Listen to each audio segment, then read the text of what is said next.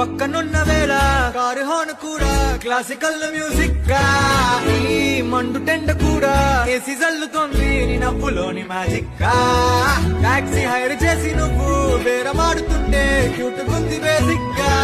Breaks వేసినప్పుడల్లా నీ బుగ్గ నన్ను తాకి సారీ చెప్పినట్లుగా.